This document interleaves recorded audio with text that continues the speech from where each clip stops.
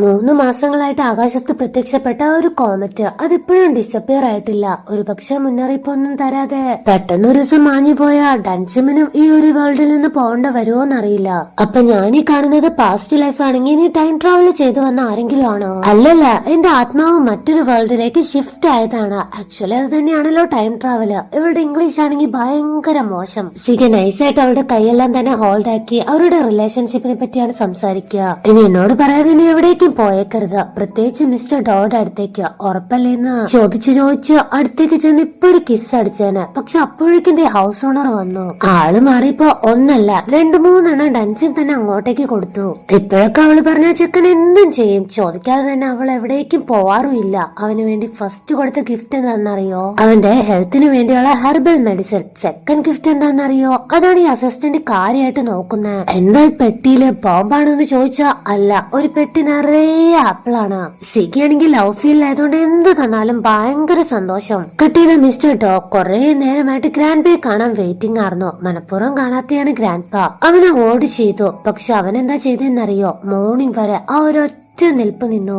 വാക്കിങ്ങിനായിട്ട് grand പാ ഇറങ്ങി അവനെ കണ്ടപ്പോ ശരിക്കും ഷോക്കായി പോയി. നീ എന്താ പോവാത്ത? അവന് കിട്ടിയ ട്രാൻസ്ഫർ തിരിച്ചെടുക്കണം, അവന് US പോവാൻ താല്പര്യമില്ല എന്ന് പറഞ്ഞ നിന്റെ മോൻ US അവന്റെ കാര്യം കൂടെ നിനക്ക് ശ്രദ്ധിക്കണ്ടേ? എപ്പോഴും കമ്പനി മീറ്റിംഗ് ബിസിനസ് ഇതൊക്കെയായി എങ്ങനെ ശരിയാവാ? പെട്ടെന്ന് ഇങ്ങനെ ഒരു തീരുമാനം എടുത്തതിന്റെ പിന്നില് സീഗയാണ്. കാരണം അവൻ ഗ്രാൻഡ് പേ ചെന്ന് കണ്ടായിരുന്നു. ഗ്രാൻഡ് പേയുടെ ഏറ്റവും വലിയ ആഗ്രഹം എന്താ? താലി ഗ്രൂപ്പിന്റെ ചെയർമാനായിട്ട് CEO വരണം. അവൻ കമ്പനിയിൽ നിന്ന് വിട്ടു നിൽക്കുന്നതെല്ലാം തന്നെ മാറ്റണം. അത് അവനിപ്പോ സമ്മതിക്കാൻ തയ്യാറാണ്. പക്ഷെ ഒരൊറ്റ കണ്ടീഷൻ മാത്രം. മോച്ചം ഗ്രൂപ്പിന്റെ കൊച്ചുമോളായിട്ടുള്ള അവന്റെ റിലേഷൻഷിപ്പ്, അവന്റെ ആ എൻഗേജ്മെന്റ് അത് ബ്രേക്ക് ചെയ്യണം. അവരായിട്ട് റിലേഷൻഷിപ്പിന് എനിക്ക് താല്പര്യമില്ല.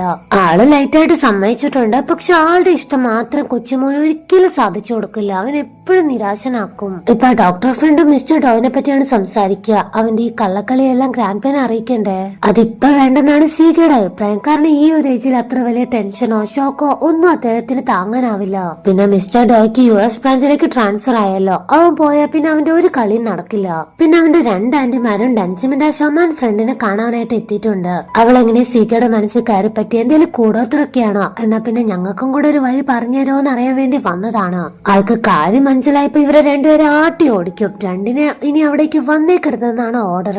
ഇവിടെ ഡോയുടെ മൈൻഡ് എന്തോ ശരിയല്ലാത്തതുപോലെ. കുറെ നേരമായി US ഒരു അപ്പോയിന്റ്മെന്റ് ലെറ്റർ ഉണ്ടായിരുന്നല്ലോ, അത് നോക്കി എന്തൊക്കെയോ ആലോചിച്ചിരിക്കുകയാണ്. ആ ടൈം തന്നെ കുഞ്ഞിന്റെ കെയർടേക്കർ വിളിക്കും. കുഞ്ഞിനൊരു ആക്സിഡന്റ് ഉണ്ടായി, ഇപ്പൊ ഹോസ്പിറ്റലിലാണ്. കാലിന് പരിക്ക് പറ്റിയ കാര്യം അപ്പനെ വിളിച്ചപ്പോ പറയണ്ടാന്ന് പറഞ്ഞുകൊണ്ട് ആ കെയർടേക്കർ ഇവനെ അറിയിക്കാൻ കുറച്ച് ലേറ്റ് ആയി. മിസ്റ്റർ ഡോ എന്താ ചെയ്തെന്നറിയോ? ആ കെയർടേക്കർ അപ്പൊ തന്നെ പറഞ്ഞു വിട്ടു, എന്റെ മോന്റെ പരിസരത്ത് പോലും നിങ്ങളെ കണ്ടേക്കരുത്. ശരിക്കും നോക്കുമ്പോ ഡൻസിമാണെങ്കിൽ അവന്റെ ഓഫീസിൽ കിടന്ന് ഭയങ്കര ചുറ്റിക്കളി. എന്താന്നറിയാൻ വേണ്ടി ഇവന് പിന്നാലെ ചെന്ന് നിന്ന് ആ പാവം തിരിഞ്ഞപ്പോ പേടിച്ചു പോയി. എന്തിനാ വന്നേന്നറിയോ? ഇവരുടെ ഡേറ്റിംഗ് ഒന്നും ഇതുവരെ കഴിഞ്ഞിട്ടില്ലല്ലോ. അപ്പൊ ഇന്ന് നമുക്ക് ഡേറ്റിന് പോയാലോ എന്ന് അറിയാൻ വേണ്ടി വന്നതാണ്. അവന് വന്ന സന്തോഷം. പക്ഷെ പ്രതീക്ഷിച്ച ഒരു ഡേറ്റ് അല്ല അവന് കിട്ടിയത്. കേക്ക് ഷോപ്പിൽ എന്തോ പേസ്ട്രീസ് വാങ്ങാൻ വേണ്ടി ക്യൂ നിൽക്കാണ്. അതിനെന്താ? നല്ലൊരു ടൈം നമ്മുടെ പാർട്ട്ണറിന്റെ കൂടെ ഇരിക്കണം എന്നല്ലേ ഡേറ്റിംഗ് കൊണ്ട് അർത്ഥാക്കുന്നേ. നീ എന്റെ കൂടെ ഉണ്ടല്ലോ, നീ കൂടെ ഉണ്ടെങ്കിൽ എപ്പോഴും സന്തോഷാ. അവളിങ്ങനെ റൊമാൻറ്റിക് ആയിട്ട് അവനോട് സംസാരിച്ച ചെക്കൻ എങ്ങനെ സന്തോഷം വരാതിരിക്കുക? അതുകൊണ്ട് അവൻ ഹാപ്പിയാണ്. രണ്ടുപേരുടെ ഇപ്പൊ കേബിൾ കാറിൽ കയറാനാണ് പോകുന്നത്. ആക്ച്വലി അവൾക്കത് എന്താന്ന് അറിയാത്തോണ്ട് ഓടിച്ചാടി സീഗയുടെ അടുത്തേക്ക് വരും. അത്രയും ഹൈറ്റില് ഈ ഒരു സാധനം എങ്ങനെ മൂവ് ആവുന്നേ? ആളിറങ്ങണം. ഭയങ്കര പാനിക്കായിട്ട് ഡോറെല്ലാം തട്ടി വിളിക്കുകയാണ്. സീഗനെയാണ് എല്ലാവരും നോക്കുക, ഇവരെന്തീ കാണിക്കുന്നതെന്ന്. അവനാണെങ്കിൽ നാണക്കേടായി. അടങ്ങിയിരിക്കാവോ നീ, എന്നെ കൂടെ നാണം കെടുത്തല്ലേന്ന് പറഞ്ഞാ രണ്ടുപേരും വലിയ സൗണ്ടിലാണ് ഇപ്പൊ ബഹളം വെക്കുന്നത്. ഇവരുടെ വഴക്ക് കാണുമ്പോഴേ ഏകദേശം മനസ്സിലായി രണ്ടുപേരും കപ്പിൾസ് ആണെന്ന്.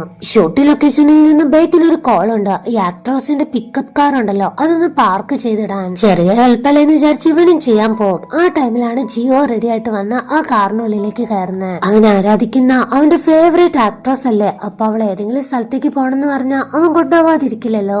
പോകുന്ന വഴി മൊത്തം അവൾക്ക് നെഗറ്റീവ് കമന്റ്സ് ആണ് വന്നോണ്ടിരിക്കുന്നത്. ബാഡ് ആക്ടിംഗ് ആണ്, അഭിനയിക്കാൻ അറിയില്ലെങ്കിൽ വീട്ടിലിരിക്കണം തുടങ്ങി. ഇവൾക്കത് കാണുമ്പോ നല്ല ദേഷ്യം വരും. തെറിയൊക്കെ പറഞ്ഞ് കാറിലിരുന്ന് ഭയങ്കരമായിട്ട് അലറി. ലാസ്റ്റ് ആണ് ബേക്കിനെ കാണുന്നത്. അവള് ലൈറ്റായിട്ട് ഷോക്കായി പോയി. നീ സിയോരിയുടെ ലൈൻ അല്ലേ എന്ന് ചോദിച്ചാ അല്ലല്ലോ, ഞാൻ ബേക്ക്, സിയോരിയുടെ മാനേജർ ആണ്. അവന് നന്നായിട്ട് തെറ്റിദ്ധരിച്ചു എന്ന് ജിയോയ്ക്ക് ഇപ്പോഴാണ് മനസ്സിലായത്. പിന്നെ അവനൊരു പണക്കാരനല്ലെന്ന് അറിഞ്ഞപ്പോ പിന്നെ മൈൻഡും കൂടെ ചെയ്യില്ല. സിഗയുടെ അവന്റെ വളർച്ചയിൽ ഓൾമോസ്റ്റ് എല്ലാ ടൈമിലും അവൻ ഭയങ്കര ലോൺലി ആയിരുന്നു. ഫാമിലിയിൽ ആരും തന്നെ അവന് സപ്പോർട്ടില്ല. ഇവൻ ഗ്രാൻഡ് പോലും ഉണ്ടായിരുന്നില്ല.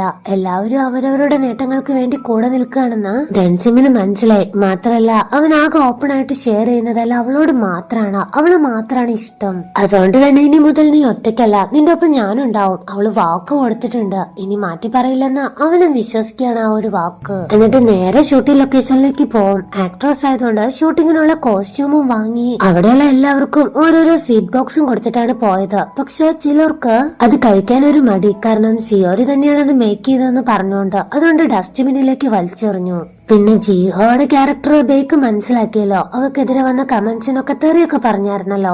അതൊക്കെ പുറത്തറിഞ്ഞ അവൾക്കും കൂടെ നാണക്കേടാവും. സോ സിയോരിനെ ചെന്ന് കണ്ട് അവനെ ഫയർ ചെയ്യാൻ ആവശ്യപ്പെടുവാണ്. അതായത് ബേക്കിനെ പുറത്താക്കണം. അവനെ വിശ്വസിക്കാൻ കൊള്ളൂല എന്നൊക്കെ ജിഹോ പറഞ്ഞ കാര്യം ഇവളാണെങ്കിൽ അതേപോലെ തന്നെ ബേക്കിനെ അറിയിച്ചു. അവൻ ആരാധിച്ചുകൊണ്ടിരുന്ന ഗേളിന്റെ ക്യാരക്ടർ അത്രയ്ക്ക് കൊള്ളില്ല എന്ന് അവന് മനസ്സിലായി. അതുകൊണ്ട് ഇച്ചിരി വിഷമൊക്കെ ഉണ്ട്. അപ്പോഴാണ് അത് കാണുന്നത്. ഇന്ന് ഷൂട്ടിങ്ങിനുള്ള കോസ്റ്റ്യൂം ആരും നശിപ്പിച്ചിട്ടിരിക്കുന്നു. അത് മാത്രല്ല അവൾ കൊടുത്ത ഫുഡും ആരും കഴിച്ചിട്ടില്ല. എല്ലാം വേസ്റ്റ് ബിന്നിലുണ്ട്.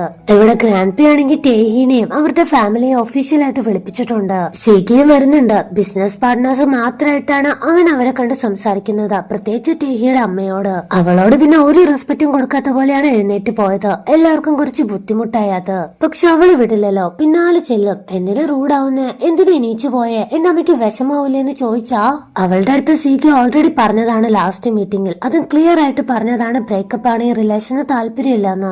പിന്നെ ഓരോരോ റീസൺ ഉണ്ടാക്കി ഗ്രാൻഡ് പേയുടെ അടുത്ത് വരുന്നതിനാണ് ഇപ്പൊ വഴക്ക് കേൾക്കുന്നത്. അത് അവൾക്ക് അവനോടുള്ള ഇഷ്ടം കൂട്ടിയിട്ടുള്ളൂ. പക്ഷെ സിയോരിയോടുള്ള ദേഷ്യമാണ് കൂടുതല്. മിസ്റ്റർ ഡോയുടെ സഡൻ ട്രാൻസ്ഫർ, അത് കാരണം അവൻ ഇൻവോൾവ് ആയ കുറെ പ്രോജക്റ്റ് ഉണ്ട്. അതിനെ കുറിച്ചാണ് അവന്റെ ടീം മെമ്പേഴ്സ് എല്ലാം തന്നെ ചർച്ച ചെയ്തോണ്ടിരിക്കുന്നത്. ചിലപ്പോ നമ്മൾ സെലക്ട് ചെയ്ത പ്രോജക്റ്റ് എല്ലാം റീകൺസ്ട്രക്ഷൻ ചെയ്യുമായിരിക്കും. അല്ലെങ്കിൽ ഗ്രാൻഡ് പാ അതെല്ലാം തന്നെ ക്യാൻസൽ ചെയ്യാനും ചാൻസ് ഉണ്ട്.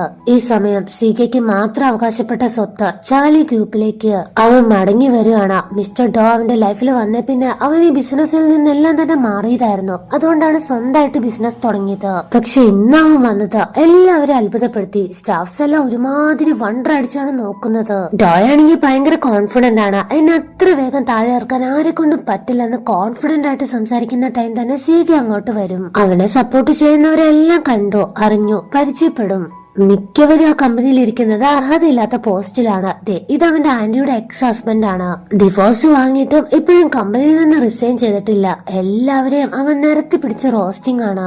അപ്പൊ മിസ്റ്റർ ഡോയ് ഇടപെടും. ഞങ്ങളൊരു മീറ്റിംഗിലാണ്, നീ കുറച്ചു നേരം പുറത്ത് നിക്ക്, വിളിക്കാം. എന്നാ അവൻ അങ്ങനെ എഴുന്നേറ്റ് പോകേണ്ട ഒരു ആവശ്യമില്ലല്ലോ. നിനക്കല്ലേ ട്രാൻസ്ഫർ കിട്ടിയേ. മാത്രല്ല ഇത് എന്റെ കമ്പനിയാ, ഞാൻ ഒഫീഷ്യലായിട്ട് ചാർജ് എടുക്കാൻ പോവാ. സ്ട്രോങ് ഡിസിഷൻ എല്ലാവരോടുമായിട്ട് പറഞ്ഞാണ് അവൻ ഇറങ്ങി പോകുന്നത്. ആ നേരം മിസ്റ്റർ ഡോയും വന്ന് തടയും. നീ അത്രയ്ക്ക് വളർന്നോ? ഈ ബിസിനസ് കാര്യങ്ങളെല്ലാം ഒറ്റയ്ക്ക് ഏറ്റെടുക്കാൻ മാത്രം അത്രയ്ക്ക് സിമ്പിൾ ആയ കാര്യമാണ് ഇതെല്ലാം. അതെനിക്കും അറിയാം. ഇനി നീയാണ് റിയാലിറ്റിയിലേക്ക് വരേണ്ടത്. നീ എന്റെ ക്ഷമ പരീക്ഷിക്കാൻ നിക്കണ്ട. എന്റെ മുത്തച്ഛന്റെ സൈഡിൽ നിന്നുകൊണ്ട് നീ ചെയ്യുന്ന എല്ലാ കള്ളക്കളിയും ഞാൻ കണ്ടുപിടിച്ചിട്ടുണ്ട്. അത് മാത്രല്ല എന്റെ ക്ഷമ ഇതിൽ കൂടുതൽ നീ പരീക്ഷിക്കരുത്. അങ്ങനെ ചെയ്ത ആളുടെ ജീവൻ നശിച്ച കാര്യമൊക്കെ ഞാൻ അങ്ങ് മറക്കും. സീഗ എടുത്ത തീരുമാനത്തിൽ മാറ്റമില്ലെന്നറിയുമ്പോ മിസ്റ്റർ ഡോ വേറെന്തോ ഒരു കാൽക്കുലേഷനിലാണ്. ആ ഫുഡൊന്നും വേസ്റ്റ് ആക്കണ്ടെന്ന് വിചാരിച്ച് ഡാൻസിം ആണെങ്കിൽ നേരെ ഹോസ്പിറ്റലിലേക്ക് കൊണ്ടുപോകും. അവിടെ ഗ്രാൻഡ്മയെ നോക്കും, കെയർ ചെയ്യുന്ന ഒത്തിരി നഴ്സുമാരുണ്ട്. അവർക്ക് കൊണ്ടേ കൊടുക്കും. അവരാണെങ്കിൽ ഭയങ്കര സന്തോഷം. പക്ഷെ കറക്റ്റ് ടൈമിൽ തന്നെ ഗ്രാൻഡ്മയെ ഹോസ്പിറ്റലിൽ കാണാനില്ല. മിസ്സിംഗ് ആണെന്ന് അറിഞ്ഞുകൊണ്ട് ഒരു നഴ്സ് പാനിക്കായിട്ട് ഓടി വരും. ഡൻസിമിനും ടെൻഷൻ. അവളാണെങ്കിൽ ഹോസ്പിറ്റലിൽ മൊത്തം തേടി അലഞ്ഞു. പോരാത്തതിന് റോട്ടിലും പോയി അന്വേഷിച്ചു. അത് കഴിഞ്ഞ് തിരിച്ചു വരുമ്പോഴാണ് ഗ്രാൻഡ്മ എവിടെയും പോയിട്ടില്ല, മെയിൻ ഗേറ്റിനുള്ളിലൂടെ തന്നെ അകത്തേക്ക് വരുന്നത്. പക്ഷെ എന്തോ ഒരു കാര്യം നടന്നിട്ടുണ്ട്. ഗ്രാൻഡ്മ അവളിൽ നിന്ന് എന്തോ ഒരു കാര്യം മറച്ചു വെക്കും. ഒരു പേപ്പർ. അതെന്താന്ന് അവള് തട്ടിപ്പറിച്ചു നോക്കിയാ ആ ഡോക്യുമെന്റ് ഇവർക്കൊരു കടയുണ്ടായിരുന്നില്ലേ, ആ കട സെല്ലായതിന്റെ ഡോക്യുമെന്റ് ആണ്. ഇവരുടെ റെസ്റ്റോറന്റ് ആണെങ്കിൽ മിസ്റ്റർ ഡോ വിലക്ക് വാങ്ങി. ഇനി അത് അവരുടെ സ്വന്തം. CCTV ചെക്ക് ചെയ്തപ്പോ ഡെൻസിമിന് ക്ലിയർ ആയതാണ്. ആളെ ഭീഷണിപ്പെടുത്തി തന്നെയാണ് ഇത് വാങ്ങിയിരിക്കുന്നത്. അന്ന് ഷോപ്പ് ഒളിപ്പിക്കാനും ഈ ഒരു സെയിം പേഴ്സൺ തന്നെ കൂടെ ഉണ്ടായിരുന്നു. ആള് തന്നെയാണ് ഗ്രാൻഡ്മയെ ഇന്ന് വിളിച്ചോണ്ട് പോയിരിക്കുന്നതും. സോ അവൾക്ക് വന്ന ദേഷ്യത്തിന് മിസ്റ്റർ ഡോയുടെ അടുത്തേക്ക് പോവാണ്. ഈ ടൈമിലാണ് സീഗ ഹോസ്പിറ്റലിലേക്ക് വരുന്നത്. ഹോസ്പിറ്റൽ ബില്ല്, ഇപ്പോഴത്തെ ചെലവ്, ഇനി ഫ്യൂച്ചറിലെ ചെലവ് എല്ലാം സെറ്റിൽ ചെയ്യും. ഗ്രാൻഡ്മയ്ക്ക് വേണ്ടി ഫ്ലവേഴ്സ് ഒക്കെ ആയിട്ടാണ് അവൻ കാണാൻ വന്നത്. നീ എന്റെ കൊച്ചുമോള് സിയോരയുടെ ബോയ് ഫ്രണ്ട് ആണോ എന്ന് ചോദിച്ച് സൂക്ഷ്മമായിട്ട് ഫേസിലോട്ട് നോക്കുകയാണ്. അവന് ലൈറ്റായിട്ട് ടെൻഷൻ ഉണ്ട്, ഗ്രാൻഡ്മയ്ക്ക് ഇഷ്ടാവോ ഇഷ്ടാവില്ലേ എന്നൊക്കെ. പക്ഷെ ഗ്രീൻ സിഗ്നൽ ആണ്. ഇഷ്ടപ്പെട്ടു എന്ന് മാത്രല്ല ഒരു പ്രോമിസും വാങ്ങുവാണ്, സിയോരിനെ ഏത് സിറ്റുവേഷനിലും ഒറ്റയ്ക്കാക്കരുത്, എപ്പോഴും അവളുടെ കൂടെ ഉണ്ടായിരിക്കണം. പിന്നെ അവൻ ഇതുപോലത്തെ ഫാമിലി സ്നേഹമൊന്നും അധികമായിട്ട് കിട്ടിയിട്ടില്ല. ഇതൊക്കെ പ്രഷ്യസ് മൊമെന്റ് ആയിട്ടാണ് ചെക്കൻ കരുതുക. പിന്നെ യാദൃച്ഛികമായി ഇവരുടെ ഷോപ്പ് ഉണ്ടല്ലോ, അത് സെല്ലായ പർപ്പസ് അവൻ കണ്ടു. മിസ്റ്റർ ഡോയുടെ പേരിലേക്കാണെന്ന് മനസ്സിലാക്കുമ്പോഴേ അവൻ ആ ചതി മനസ്സിലായി. ഇത് ഭീഷണിപ്പെടുത്തി എഴുതി വാങ്ങിയതായിരിക്കും, അല്ലാതെ ഈ ഒരു കച്ചവടം നടക്കില്ല. അതുകൊണ്ട് അവനും മിസ്റ്റർ ഡോയിനെ കാണാൻ വേണ്ടി വരികയാണ്. ഈ ടൈം കൊണ്ട് ഡൻസിം അവിടെ എത്തി. ഒരു വയസ്സായ ലേഡിയെ ഭീഷണിപ്പെടുത്താൻ മാത്രം താൻ അതമ്പതിച്ചോ, നാണോ ഇല്ലെന്ന് ചോദിച്ചാ ഗ്രാൻഡ്മയ്ക്ക് ഇപ്പൊ ഓർമ്മക്കുറവുണ്ടല്ലോ. ആ ഒരു സിറ്റുവേഷൻ മുതലാക്കി അവൻ എഴുതി വാങ്ങിയതാണ് ആ പേപ്പേഴ്സ്. ഞാനാളെ ടോർച്ചർ ഒന്നും ചെയ്തിട്ടില്ല, എനിക്ക് പ്രോപ്പർട്ടി വേണം, ഒരു സൈൻ ഇടാൻ പറഞ്ഞു, ആൾ ഇട്ട് വന്നു, സിമ്പിൾ. സെയിം ഇതുപോലൊരു സംഭവം ഹിസ്റ്റോറിക്കൽ ടൈംസിലും ഉണ്ടായിരുന്നു. അവളുടെ അടുത്ത് കിങ് വളരെ നല്ലൊരു പേഴ്സൺ പോലെ, അതായത് സ്വന്തം ബ്രദറിനെ ഒത്തിരി ഒത്തിരി സ്നേഹിക്കുന്ന, ഒത്തിരി കൺസേൺ ഉള്ളത് പോലെയൊക്കെയായിരുന്നു സംസാരിച്ചിരുന്നത്. അന്ന് അവൾക്കത് വിശ്വസിക്കേണ്ടി വന്നു, കാരണം അവളൊരു പാവായിരുന്നു. നിനക്കെന്റെ ബ്രദറിനെ ഇഷ്ടമാണെങ്കിൽ എനിക്ക് എതിർപ്പൊന്നുമില്ല, നിങ്ങളുടെ മാരേജിന് ഞാൻ കൂട്ടു നിൽക്കാം. അതൊരു ചതിയാണ്, അവനെ നാട് കടത്തും, അവനെ കൊല്ലാനുള്ള പ്ലാൻ ആണെന്ന് പിന്നീടാണ് അവൾക്ക് മനസ്സിലായത്. പക്ഷെ ഇനി ഈ ഒരു വേൾഡില് നിന്നെ മറ്റാരേക്കാളും കൂടുതൽ ഞാൻ മനസ്സിലാക്കി. ഇനി ഞാൻ നിന്നെ ഏതെങ്കിലും ഒരു കാര്യത്തിന് വിശ്വസിക്കുന്നു നിനക്ക് തോന്നുന്നുണ്ടോ? അപ്പൊ ഡോയും വെല്ലുവിളിക്കുകയാണ്, എന്നാ നമുക്ക് നോക്കാം, നിന്റെ സീക്ക് ഈ ഒരു നിമിഷം ഇവിടെ എത്തും, ബാക്കി നീ കണ്ടോ. പ്രഡിക്ഷൻ കറക്റ്റ് ആയിരുന്നു. സീക്കെ പറഞ്ഞതുപോലെ തന്നെ വന്ന വഴി തന്നെ അവന്റെ ഫേസിൽ നോക്കി തന്നെ കൊടുത്തു. ലിപ്സ് എല്ലാം പൊട്ടിച്ചിട്ടുണ്ട്. അത് മാത്രല്ല പേപ്പർ കീറി വലിച്ചെറിഞ്ഞു. എന്റെ കൺമുന്നിനെങ്ങാലും ഇനി ഇതുപോലത്തെ ചീപ്പ് റോള് നീ കളിച്ച, ഞാൻ സ്നേഹിക്കുന്നവരെ ആരെങ്കിലും നീ വേദനിപ്പിച്ച, നിന്നെ ഞാൻ കൊന്നുകളയുന്നാണ് ഭീഷണിപ്പെടുത്തുന്നത്. ഭയങ്കര വാണിംഗ് ആണ്. അവനോട് മാത്രല്ല വന്ന ദേശത്തിലെ ഡൻസിമിന്റെ അടുത്തും കുറെ അധികം പറയും. മിസ്റ്റർ ഡോയ് ആയിട്ടുള്ള എല്ലാ കണക്ഷനും വിടാൻ നിന്നോട് പറഞ്ഞതല്ലേ, എന്നിട്ട് പിന്നെ നീ എന്തിനാ പോയേ? നീ അവനെ കാണുന്നത് മീറ്റ് ചെയ്യുന്നത് എനിക്ക് ഇഷ്ടമല്ല, നിനക്ക് എന്തുണ്ടെങ്കിലും എന്റെ അടുത്ത് പറയാലോ, ഞാനത് സോൾവ് ആക്കില്ല എന്ന് ചോദിച്ചാ അതിന് അവളുടേതായ റീസൺസ് ഉണ്ടായിരുന്നു. അതവൻ മനസ്സിലാക്കിയില്ല. അത് മാത്രല്ല അവൾക്കിപ്പോ നല്ല ഹേർട്ടായി. അവൾക്ക് സ്വന്തമായിട്ടൊരു കാര്യം പോലും ചെയ്യാനാവില്ല, ചെയ്യാൻ അറിയില്ല, കഴിവില്ല എന്നൊരു മീനിങ് കൂടെ അവനുണ്ടല്ലോ. സോ ഇനി എന്നെ കാണാൻ വന്നേക്കരുതെന്ന് പറഞ്ഞിട്ടാണ് ഡൻസിം പോയത്. മിസ്റ്റർ ഡോയ് ആണെങ്കിൽ അന്ന് രാത്രി തന്നെ പെർമിഷൻ എടുക്കാതെ ഗ്രാൻഡ് പേ ചെന്ന് കാണും. ആള് ഇവന് സസ്പീഷ്യസ് ആയിട്ട് നോക്കുമ്പോ സീക്കിനെ പറ്റി ആർക്കും അറിയാത്തൊരു സീക്രട്ട് പറയാനാ വന്നേന്നാണ് പറഞ്ഞത്. എന്താന്നറിയില്ല. കട്ട് ചെയ്ത നെക്സ്റ്റ് ഡേ അവനാണെങ്കിൽ ഉറക്കം കിട്ടിയിട്ടില്ല. അന്നത്തെ ഡേ മൊത്തം ഡൻസിയുമായിട്ട് പിണങ്ങിയതാലോചിച്ച് ഭയങ്കര കരച്ചിലായിരുന്നു എന്ന് തോന്നുന്നു. അസിസ്റ്റന്റ് വരെ അവന്റെ കണ്ണ് കണ്ട് ഞെട്ടിപ്പോയി. ബോസ് എന്താ ഇതെന്ന് ചോദിച്ചാ എനിക്ക് അവളെ ഭയങ്കരമായിട്ട് മിസ് ചെയ്യാടാ, എന്റെ ദേഷ്യം കുറച്ചധികം കൺട്രോൾ ചെയ്യേണ്ടിയിരിക്കുന്നു. സെയിം പോലെ തന്നെ ഡൻസിമോ ഇനി എന്നെ തിരക്കി വരണ്ടെന്ന് പറഞ്ഞിട്ട് അവനൊരു കോള് പോലും ചെയ്തില്ല. ഇപ്പോഴും ഫോൺ നോക്കിയാണ് കിടക്കുക. അവൾക്കും അവനില്ലാതെ പറ്റുന്നില്ല, ഭയങ്കര മിസ്സിംഗ് ആണ്. സ്ഥിരം കഴിക്കാൻ പോകാറുള്ള ഒരു കടയുണ്ടല്ലോ, അവിടേക്ക് ഫുഡ് കഴിക്കാൻ ഇറങ്ങിയതാണ്. ആ ഒരു ടൈമിൽ തന്നെ ഗ്രാൻഡ് പേ അങ്ങോട്ട് വരുന്നുണ്ട്. രണ്ടുപേരും കാണും, മിണ്ടും, സംസാരിക്കും. സീക്കിയെ പറ്റിയാണ് കൂടുതൽ പറയാ. ഗ്രാൻഡ് പേക്ക് അവന്റെ കാര്യത്തിൽ ഇനി ഒരേ ഒരു ആഗ്രഹം മാത്രമേ ബാക്കിയുള്ളൂ, അവന്റെ മാരേജ്. കുട്ടിക്കാലം മൊത്തം അമ്മയില്ലാതെ വളർന്നതിന്റെ ഒരു ലോൺലിനെസ് അവനിൽ എന്നും ഉണ്ട്. സോ ഇനി അവന്റെ ലൈഫിൽ ആ വിഷമം ഉണ്ടാവാതിരിക്കാനാണ് ഞാൻ അവനെ മാരേജ് കഴിപ്പിക്കാൻ തീരുമാനിച്ചത്. അതും നിന്നെ പോലെ അച്ഛനോ അമ്മയോ ഇല്ലാത്ത ഒരു അനാഥയായ പെൺകുട്ടിയെ കൊണ്ട് കഴിപ്പിക്കാൻ എനിക്ക് താല്പര്യമില്ല. എന്റെ കൊച്ചുമോന നിറയെ ഫാമിലി ഉള്ള, നിറയെ റിലേറ്റീവ് ഉള്ള അങ്ങനെ ഒരു ഫാമിലിയിലേക്ക് കഴിപ്പിക്കാനാണ് താല്പര്യം. എന്റെ ഈ ആഗ്രഹം അത്ര വലിയ ആഗ്രഹമാണെന്ന് എനിക്ക് തോന്നുന്നില്ല. നീ അതിനെ സഹായിക്കണം. ഗ്രാൻഡ് ഒരു റിക്വസ്റ്റ് പോലെയാണ് അവളുടെ അടുത്ത് പറയുന്നത്. പക്ഷെ അവൾക്ക് എന്താ ചെയ്യേണ്ടതെന്നറിയില്ല. ഈ സമയം മിസ്റ്റർ ഡോയ് ആണെങ്കിൽ എയർപോർട്ടിലാണ്. അവന്റെ മോൻ വന്നിട്ടുണ്ട്. അച്ഛനെ കാണുമ്പോ ഓടി വന്ന് കെട്ടിപ്പിടിക്കും. ആളുടെ കാലിനാണെങ്കിൽ നല്ല ഫ്രാക്ചർ ആയിട്ടുണ്ട്. ഡൻസിമിന് ഒരു സെക്കൻഡ് എന്തോ ഒരു അപകടം മണക്കുവാണ്. പെട്ടെന്ന് തന്നെ ഹൈ സ്പീഡിൽ വന്നൊരു വാൻ ആണെങ്കിൽ ആ ഷോപ്പിലേക്ക് ഇടിച്ചു കയറി. ആ ഒരു ഷോപ്പ് തകർത്തു മാത്രമല്ല ഗ്രാൻഡ് പേയും ഡൻസിമിന് നന്നായിട്ട് പരിക്കേറ്റ് തെറിച്ച് വീഴുകയും ചെയ്തു. അവരുടെ അവസ്ഥ കുറച്ച് ക്രിട്ടിക്കലാണ്. സെയിം ടൈം തന്നെ സീക്ക് കോൾ ആക്കുന്നുണ്ട്. അത് മാത്രല്ല ആകാശത്ത് പ്രത്യക്ഷപ്പെട്ട കോമിക് സ്റ്റാർ ഉണ്ടല്ലോ, അത് മറഞ്ഞു പോവാനും തുടങ്ങിയിരിക്കുന്നു. സോ ഗൈസ് ഇനി എന്ത് സംഭവിക്കുന്നു നമുക്ക് അടുത്ത എപ്പിസോഡിൽ നോക്കാം.